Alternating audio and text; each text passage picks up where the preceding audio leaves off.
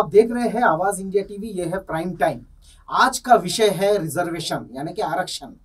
आरक्षण इस शब्द के बारे में पूरे देश में अलग अलग समाजों में अलग अलग संज्ञाएं हैं, अलग अलग विचार है, कुछ भ्रम भी है। उन भ्रमों को भी दूर करेंगे। और हाल ही में महाराष्ट्र सरकार ने 7 तारीख को जो नया अध्यादेश निकाला है प्रमोशन के खिलाफ, पदोन्नति का जो प्रमोशन है उसके खिलाफ, उसके बारे में चर्चा करने के लिए आज हमारे स्टूडियो में अरुण गाड़े साहब, जो कास्ट्राइब मागासवर्गीय कर्मचारी कल्याण संघ के महाराष्ट्र के अध्यक्ष है। गाड़े साहब, आपका बहुत बहुत स्वागत। सबसे पहले, जैसे कि मैंने कहा कि पूरे देश में जो लोग आरक्षण का विरोध करते हैं उनमें एक बहुत बड़ा संभ्रम है, एक मिसअंडरस्टैंडिंग है कि आरक्षण के वजह से बाकी समाज का नुकसान हो रहा है। शेड्यूल कास्ट को, शेड्यूल ट्राइब्स को, अन्य मागास वर्गीय लोग जिनमें ओबीसी की तमाम जातियां हैं, उनको आरक्षण दिया जाता है। उनके वजह से उनके मूलभूत हकों पर कुछ कमी हो रही है, उनका कुछ छीना जा रहा है। इस बात में कितनी सच्चाई है? रिजर्वेशन यानी आरक्षण के बारे में लोगों में बहुत बड़ी गलतफहमी है कि इसको राखीव जगह बोलते हैं जी। तो ये वैसा नहीं है।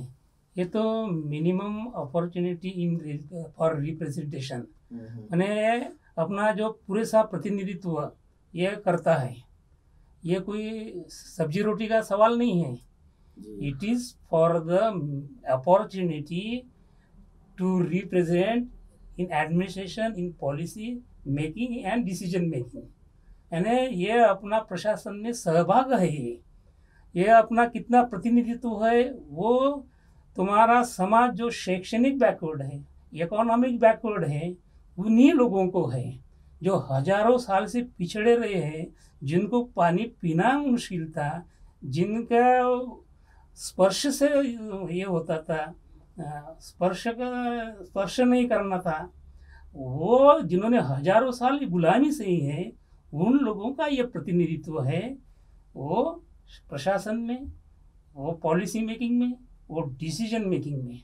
तो इसमें बाकी समाज के ऊपर अन्याय होने का सवाल ही नहीं आता है, क्योंकि जिन लोगों ने आज तक 100% ये रिजर्वेशन पाया है, चाहे मंदिरों में हो, चाहे हर इसमें हो, उन्हीं लोगों का आज तक प्रतिनिधित्व रहा है। यहाँ के SC, ST, NT, VNT, SBC, OBC आज तक, चाहे वो भारत स्वतंत्र हुआ तब से बोलो या उसके पहले से भी, आज तक उन लोगों को वही दर्जा रहा है, शूद्र का दर्जा रहा है। और ये शूद्र रहे हैं। ये शूद्रों ने, ये जो जाति वर्ण है, चतुर्वर्ण है, वो ऊपर के 3 जो वर्ण है, उन लोगों की सेवा करने का इनका सीमित रखा है। तो बाबा साहब ने संविधान में ये तरतूद की है कि इन लोगों को उनका हक मिले, इन लोगों को बराबरी की भागीदारी मिले, वो चाहे पॉलिटिक्स में हो, समाजकारण में हो या सेवा में हो। तो ये है आरक्षण का मूल मतलब। नहीं, लोग दुहाई देते हैं भारतीय संविधान की। लोग कहते हैं कि संविधान में जब पहली बार रिजर्वेशन दिया गया था तब उसमें कुछ सालों का ही प्रावधान था कि इतने सालों तक रिजर्वेशन रहे, और उसी बात को बार बार कोट करते हैं। अभी तो इन्होंने इतनी प्रगति कर ली है, ये सारे सेक्टर्स में है। तो आपको क्या लगता है कि उस बात का इस रिजर्वेशन कोई उसका संबंध जुड़ता है? बाबा साहब ने पहले जब संविधान में ये आरक्षण की तरतूद करनी थी, उसी टाइम ये सवाल उठा था कि ये आरक्षण कब तक है। तो आरक्षण के 2 प्रकार हैं। एक है सामाजिक शैक्षणिक आरक्षण और दूसरा है पॉलिटिकल आरक्षण। ये सामाजिक और शैक्षणिक आरक्षण ये जब तक है, जब तक इस देश में जातिवाद है, जब तक इस देश में बराबरी का हक प्राप्त नहीं होता, तब तक यह आरक्षण रहेगा। तो वो तो जब तक बराबरी का दर्जा प्राप्त नहीं होता, छुआछूत बंद नहीं होती। आज भी तुम्हारा अगर कोई नवरदेव घोड़े पे बैठता है तो उसको मार मार के पीटा जाता है। ये देश भावना जो है, ये जातिगत देश भावना है। इसलिए ये जातिगत देश भावना समाप्त होके जब तक समानता प्रस्थापित नहीं होती, तब तक ये आरक्षण रहेगा। इसलिए लोगों में ये दुर्भावना हो रही है, ऐसा प्रचार किया जा रहा है कि ये आरक्षण तो 10 साल का था, लेकिन ये कितने दिन तक लेंगे। तो ये 10 साल का आरक्षण उन पॉलिटिकल लोगों के लिए है, पॉलिटिकल आरक्षण है। और इसमें एक बड़ी बात यह है कि ये लोग कहते हैं कि नहीं आरक्षण तो अभी ये लोगों को बहुत मिल रहा है, बहुत सारे लोग बड़े बड़े ऑफिसर बन गए, बंगले हो गए, गाड़ी हो गई, लेकिन एखादा समाज में एखादा कलेक्टर हुआ है तो समाज नहीं बदलता ना। समाज पूरा बदलना चाहिए, तब कहीं बोलेंगे कि आरक्षण का लाभ मिल रहा है। एक व्यक्ति से समाज बदलता नहीं है। इसलिए ये जो बात कह रहे हैं कि इनमें अभी अपना समाज समझ लो 10 कोटि हैं, 10 कोटि में अगर 10,000 लोग ये बड़े हैं पढ़े हैं तो क्या पूरा समाज बदल गया है? क्या समाज नहीं बदला जब तक ये आरक्षण समाज बदलने तक का है। इसमें और एक है रिजर्वेशन में कि पदोन्नति में भी आरक्षण दिया जाता है। तो इस रिजर्वेशन का और पदोन्नति में जो आरक्षण है उसका क्या संबंध है और क्या फर्क है इन दोनों में? अभी डायरेक्ट रिक्रूटमेंट अपन जिसको बोलते हैं जी, डायरेक्ट रिक्रूटमेंट में जो पद भर्ती होती है, सेवा भर्ती होती है, ये उस सेवा तक ही रहती है जिस पद पे वो नियुक्त होता है। बिल्कुल। लेकिन प्रमोशन जो होते हैं, ये प्रमोशन उसको 5 साल या 10 साल के बाद जो वो सेवा देता है, वो सेवा का अनुभव, एक्सपीरियंस, उसके आधार पर उसको अगले पद पर, एक आता कनिष्ठ अपन क्या बोलते हैं, बाबू है, बाबू का बड़ा बाबू होता है, वो सुपरिटेंडेंट होता है। तो ये जो पद ये डायरेक्ट भर्ती नहीं होती है। तो जहाँ डायरेक्ट भर्ती नहीं है तो वहाँ पे इस 50% का ये रखा है कि 50% पद जो है ये डायरेक्ट रिक्रूटमेंट के लिए और 50% जो अपने प्रमोशन के लिए रखे हैं। ये 1974 तक ये SC ST NT विजेंटी को प्रमोशन महाराष्ट्र में मिलता था। लेकिन जब ये 2001 का रिजर्वेशन एक्ट आया और उसके इम्प्लीमेंटेशन 25 में 2004 के जो GR से हुए, तब से महाराष्ट्र में 33% ये रिजर्वेशन लागू है। तो ये दोनों बातें अलग है, बेसिक रिजर्वेशन अलग है और प्रमोशन में रिजर्वेशन अलग है। अब 7 तारीख 2021 7 तारीख को, इसी 7 तारीख को एक महाराष्ट्र सरकार का नया GR आया है और उसमें कहा गया है कि ये जो पदोन्नति का आरक्षण है 33% इसको रोका जाए और इस 33% को रिक्रूटमेंट जो है जो ओपन से की जाए। इसको क्या मानेंगे आप? एक बहुत बड़ा षड्यंत्र है SC ST के खिलाफ ये? मैं हमेशा स्पष्टवादी बोल रहा हूँ, मैं स्पष्ट बोलता हूँ, तो उसमें बुराई कुछ बात नहीं है। क्या है इस समाज में या अपने देश में बोलो या अपने महाराष्ट्र में बोलो, एक वर्ग जो है वो हमेशा सत्ताधारी रहा है। उनके कारखाने हैं, गन्ना कारखाने हैं, सोसाइटियाँ है, ये सारा उनका पास निरंतर ये सत्ता रही है। उन लोगों को आरक्षण की क्या जरूरत थी? ठीक है, उनमें भी अगर कुछ पिछड़े हैं, गैर बराबरी पे नहीं है, उन लोगों को आरक्षण दे रहे, कोई बात नहीं। हम अपन बाबा साहब के जो विचारक है या जो फॉलोअर्स हैं वो ये सोचते हैं कि मिले, सबको आरक्षण मिले। हम सब जो है ये आरक्षण के किसी का विरोध नहीं है, विरोध नहीं करते, मिलना चाहिए। लेकिन मराठा समाज का आरक्षण के लिए दूसरे समाज को बलि देना यह गलत बात है। हुआ क्या है कि 5 मई को सर्वोच्च न्यायालय ने मराठा समाज का आरक्षण को रद्द कर दिया। उसी शाम को माननीय अजित पवार जी अपना मत व्यक्त करते हैं कि मराठा समाज का जो नुकसान हुआ है उसकी भरपाई हम करेंगे।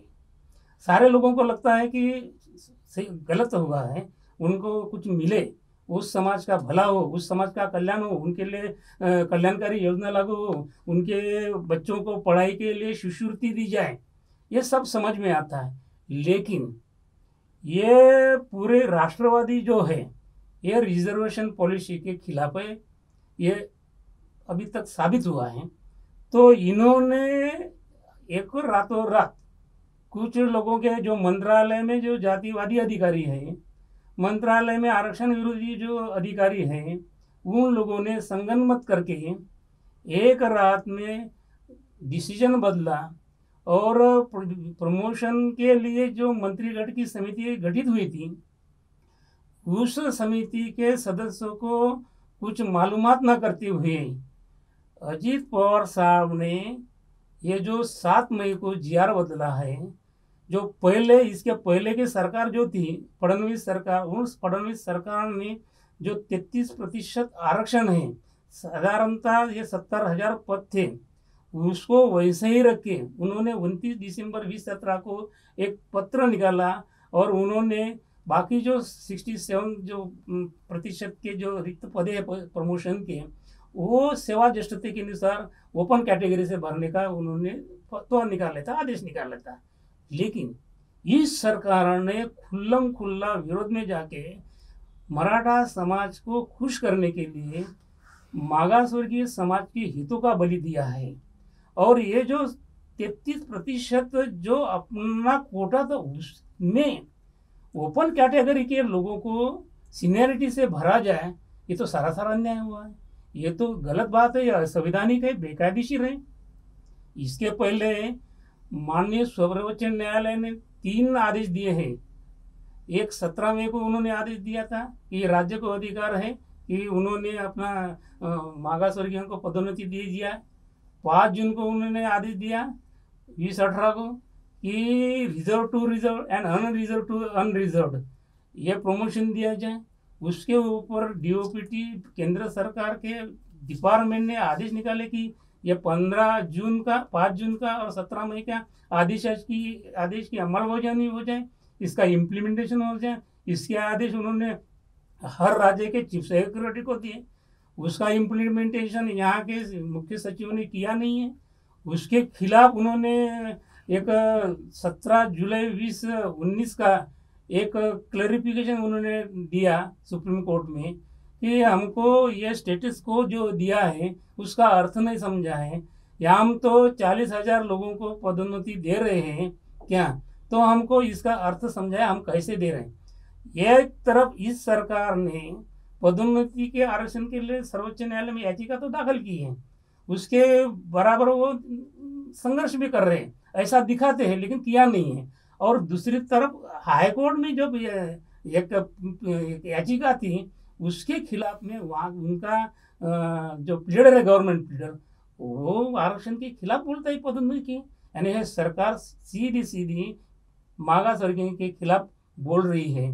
तो ये 7 मई का जो जीआर है, कभी भी सर्वोच्च न्यायालय ने ये नहीं कहा है कि मागासवर्गीयों को पदोन्नति न दिया जाए। उन्होंने तो पदोन्नति देने की वकालत की है, आदेश दिए हैं, लेकिन इन्होंने महाराष्ट्र सरकार ने भ्रम फैलाया है। भ्रम ऐसा फैलाया है कि कुंभकोणी नाम के एक जो एडवोकेट जनरल है, उनसे इन्होंने एक अभिप्राय लिख कर लिया है कि 17 मई 2018 का सर्वोच्च न्यायालय का निर्णय और 5 जून 2018 का निर्णय और डीओपीटी का 15 जून का जो निर्णय है, ये इसलिए लागू नहीं होता क्योंकि सर्वोच्च न्यायालय ने उच्च न्यायालय के 4 अगस्त 2017 का जो आदेश था पदोन्नति रद्द करने का, उसको स्टे नहीं दिया है। ये सार गलत बात है कि कुंभकोणी सर्वोच्च न्यायालय के निर्णय को मिस इंटरप्रेट कर रहा है, दिशाभूल कर रहे हैं, और ये दिशाभूल सरकार सुन रही है या उसको जबरदस्ती सुनवा रही है। तो इसलिए अब तक वो रिजर्वेशन का पदोन्नति का मिला नहीं है। और ये 7 मई का जो आदेश है, ये सारा मागासवर्गीयों के खिलाफ है। ये जो सुप्रीम कोर्ट ने, माननीय कोर्ट ने भी स्टेटस को दिया था, यथास्थिति बनाने को कहा था, तो ये यथास्थिति को भी ये सरकार मानती नहीं है। तो यह सरकार ये कोर्ट की अवमानना कर रही है, इनके अधिकारी जो है कोर्ट की अवमानना कर रहे हैं। और खुद इस प्रदेश के जो उप मुख्यमंत्री अजित पवार, क्या वो अवमानना कर रहे हैं कोर्ट की और संविधान की? हमने अभी जो आरक्षण हक कृति समिति गठित की है, तो उसके माध्यम से हम ये अजित पवार साहब के खिलाफ कोर्ट का अवमानना नोटिस जारी कर रहे हैं, क्योंकि उन्होंने सारासार कोर्ट का अवमानना किया है, तो ये होगा ही। और जिस तरह से संविधान में निहित है कि रिजर्वेशन दिया जाए, पदोन्नति में रिजर्वेशन दिया जाए, ये संविधान की भी अवमानना है। ऐसे नहीं लगता कि राज्य सरकार खुद संविधान की अवमानना करे, इधर संविधान की दुहाई दे, इधर संविधान की शपथ ले, और जब मागास वर्गीयों को, कमजोर तबके का जो लोग है, उनको हकों की बात आती है तो संविधान की अवमानना करते हैं। यही बात है, राज्य सत्ता जिनके हाथ में है उसका वो दुरुपयोग कर रहे हैं। संविधान की शपथ लेते वक्त वो संविधान की रक्षा करने की बात कहते हैं, शपथ लेते हैं, और संविधान के खिलाफ उल्टा वो शासन कर रहे हैं। तो इन लोगों ने तो एक तो संविधान का ये किया, अपमान किया है, तो ये संविधान द्रोह हो गया, ये पहली बात। दूसरा तो इन्होंने मागास वर्गीयों के खिलाफ जो भूमिका रखी है, तो ये तो लायक नहीं है वो पद के ऊपर रहने के लिए, क्योंकि जो सत्ताधीश होता है उसको सारे समान होते हैं, वो भेदभाव नहीं कर सकता। भेदभाव ये गलत बात है, संविधान के खिलाफ है। ये अजित पवार साहब या उनके बॉस जो कहते हैं शरद पवार जी ये प्रमोशन के खिलाफ रहे हैं। उनका अभी एक ऑटोबायोग्राफी एक अभी पब्लिश हुई है मराठी में, उसमें उन्होंने लिखा है कि पदोन्नति में आरक्षण देना यह गलत बात है। मैं जातिगत आरक्षण का समर्थक हूँ, लेकिन पदोन्नति में आरक्षण देना यह गलत बात है, इसलिए कि उसमें जो मेरिट है वो नहीं रहता है, मेरिट बाधित होता है। इसलिए जो यंगेस्ट है लोग, उनमें नैराश्य की भावना आती है। उसी पैरा में वो लिखते हैं कि अगर किसी को संधि मिलती है तो रिक्रूटमेंट में वो बोलते हैं जातिगत होना चाहिए। अगर उसको संधि मिलती है तो जो रहता है उम्मीदवार, वो अपने मेरिट देने का प्रयत्न करता है। अरे भाई, तुम इधर रिक्रूटमेंट में अलग बात करते हो, प्रमोशन में अलग बात करते हो। मेरिट वो प्रमोशन जो जब देते हैं ना, तो उसका 5 साल का सीआर कैसा रहा है वो रहते हैं। और मागास वर्गीय की सीआर तो आपको मालूम है उनके बॉस कैसे देते होंगे।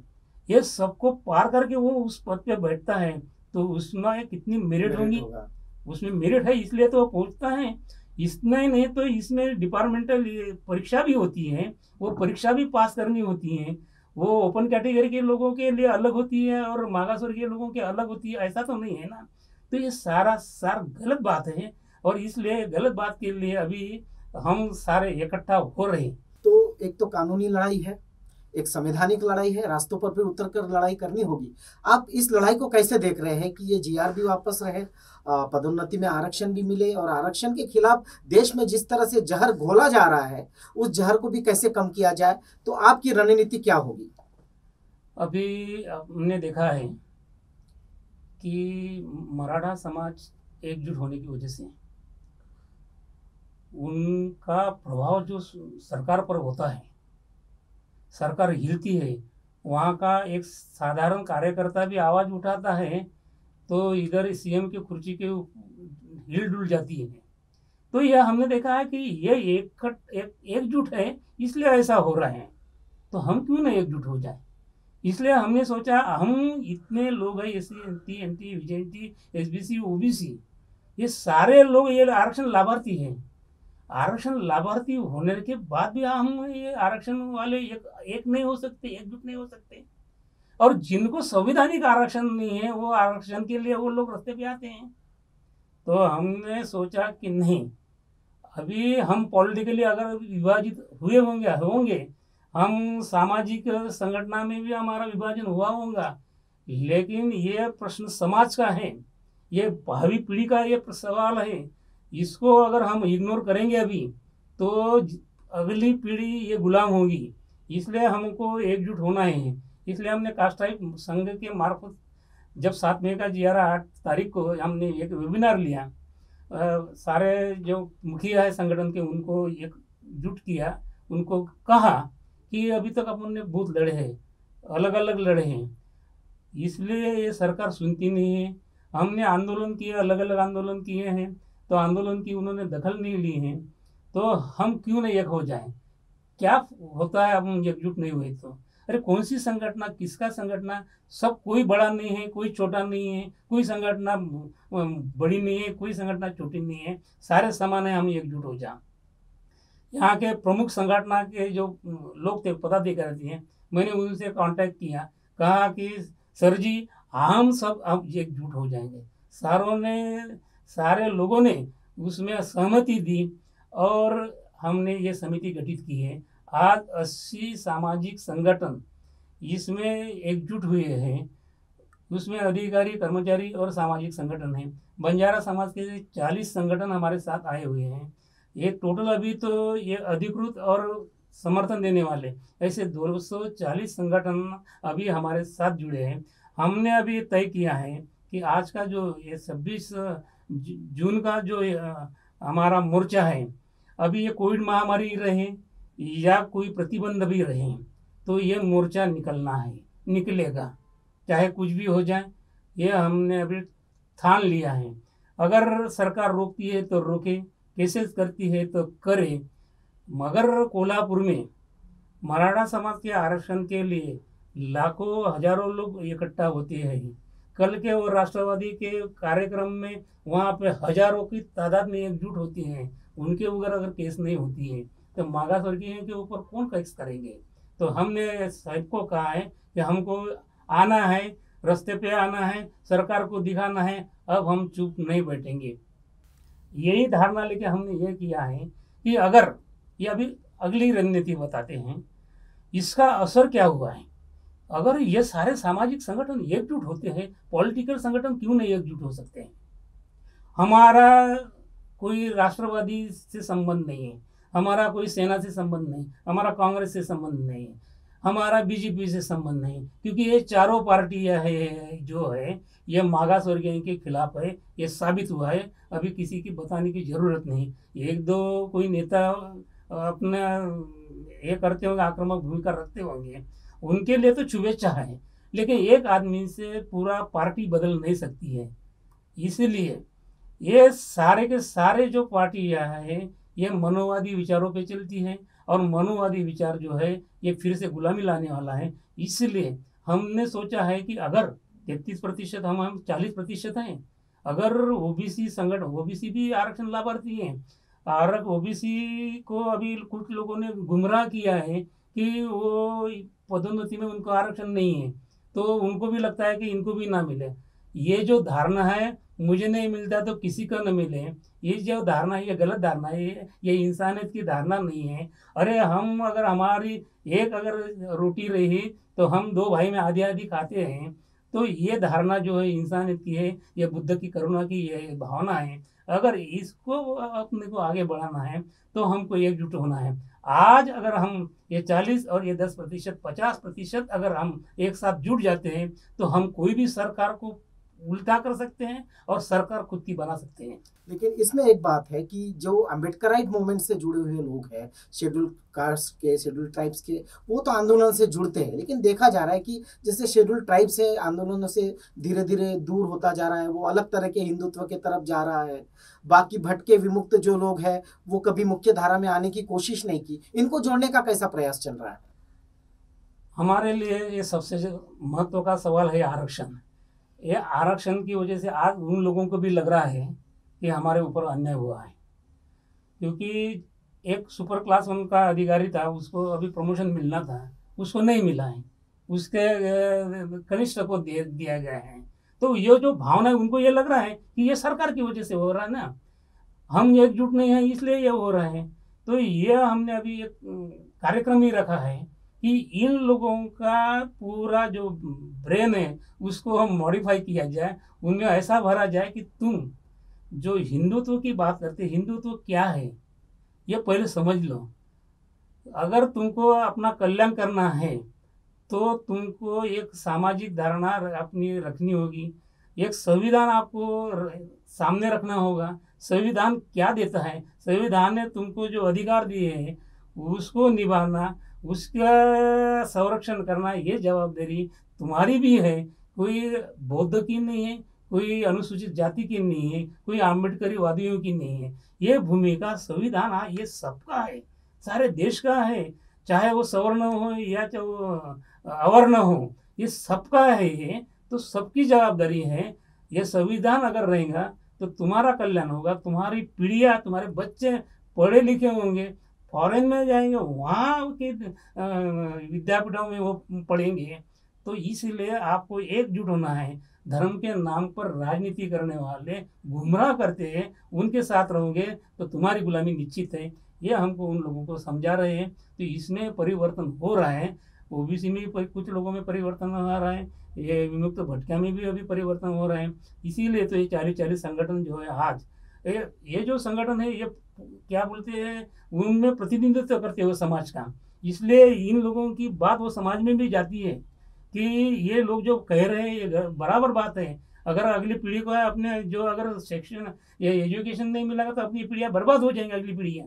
तो इसलिए अपना हमको सबको एकजुट होना चाहिए, इसलिए इनमें अभी ये परिवर्तन हो रहा है। बिल्कुल। एक आखिरी सवाल, लोग ये कहते हैं कि जो कर्मचारी है, जो अधिकारी है, जो सरकारी सेवा में है, उनको सिवाय अपने घर के, अपने बच्चों के समाज नहीं दिखता, और जब इस तरह का अन्याय उन पर होता है, आरक्षण नहीं मिलता या उनके हकों को मार दिया जाता है, तभी इनको संविधान की याद आती है, तभी बाबा साहब की याद आती है, तभी समाज की याद आती है। समाज पे अगर कोई हमला होता है तो सर्वसामान्य जनता कूदती है, तब ये नहीं दिखते। ऐसा क्यों समाज को लगता है? ये बराबर बहुत अच्छा सवाल है। ये भावना राष्ट्र भावना है। बाबा साहब ने कभी कहा था कि पढ़े लिखे लोगों ने मुझे धोखा दिया है, तो ये बात सच भी है। लेकिन जिन लोगों ने सही में बड़े बड़े पदों पे गए, बंगला हुआ, गाड़ियाँ हुई, और वो ऐशी आराम जिंदगी जीने लगे, उनको लगा कि अभी अपना हो गया है। ये बात सच है। लेकिन अब उनको लग रहा है कि अभी तक ने अपने जो सुख भोगा है, लेकिन अपने बच्चों के लिए अगला जो कालखंड है वो पूरा काला है।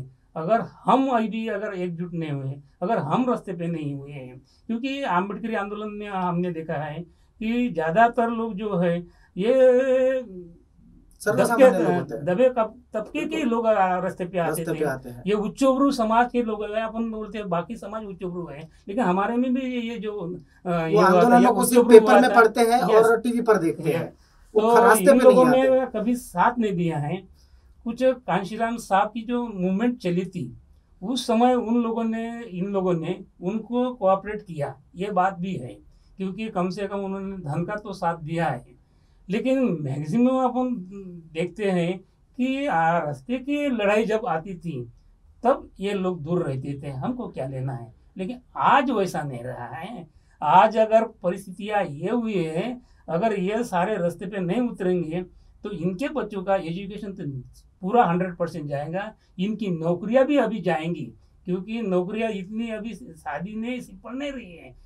हर दिन नया नया कानून सरकार निकाल रही है। केंद्र सरकार ने तो तुम्हारे मजदूर कानूनों को पूरा निरस्त कर दिया है, मजदूर यूनियन को हक छीन लिए हैं, प्राइवेटाइजेशन की वजह से पूरा तुम्हारा आरक्षण खत्म हो रहा है। तो रहेगा क्या? सारी या जो बड़ी बड़ी कंपनियां थी, सरकारी कंपनियां थी, जहाँ नफा होता था, वो उनमें लाभ दिखाकर उसको पूरा प्राइवेट बना रहे हैं और सारा देश को तहस नहस कर रहे हैं। तो कुछ तो ये समाज को जगना होगा। अब ये जगने की जो अभी बात आई है, हम जगाने की कोशिश कर रहे हैं। अभी देखते हैं समाज कितना जागरूक होता है, कितना जगता है। समाज को जगाने की कोशिश हो रही है। देखते हैं समाज अपने हकों के प्रति, अपने अधिकारों के प्रति, अपने संवैधानिक हकों के प्रति कितना जागता है। ये थे अरुण गाड़े साहब, जिनसे हम बातचीत कर रहे थे। गाड़े साहब, आपने अपना वक्त दिया और इस आपके आंदोलन को हमारी तरफ से बधाई। आपने वक्त दिया, आपका बहुत बहुत धन्यवाद। आप देख रहे हैं आवाज इंडिया टीवी।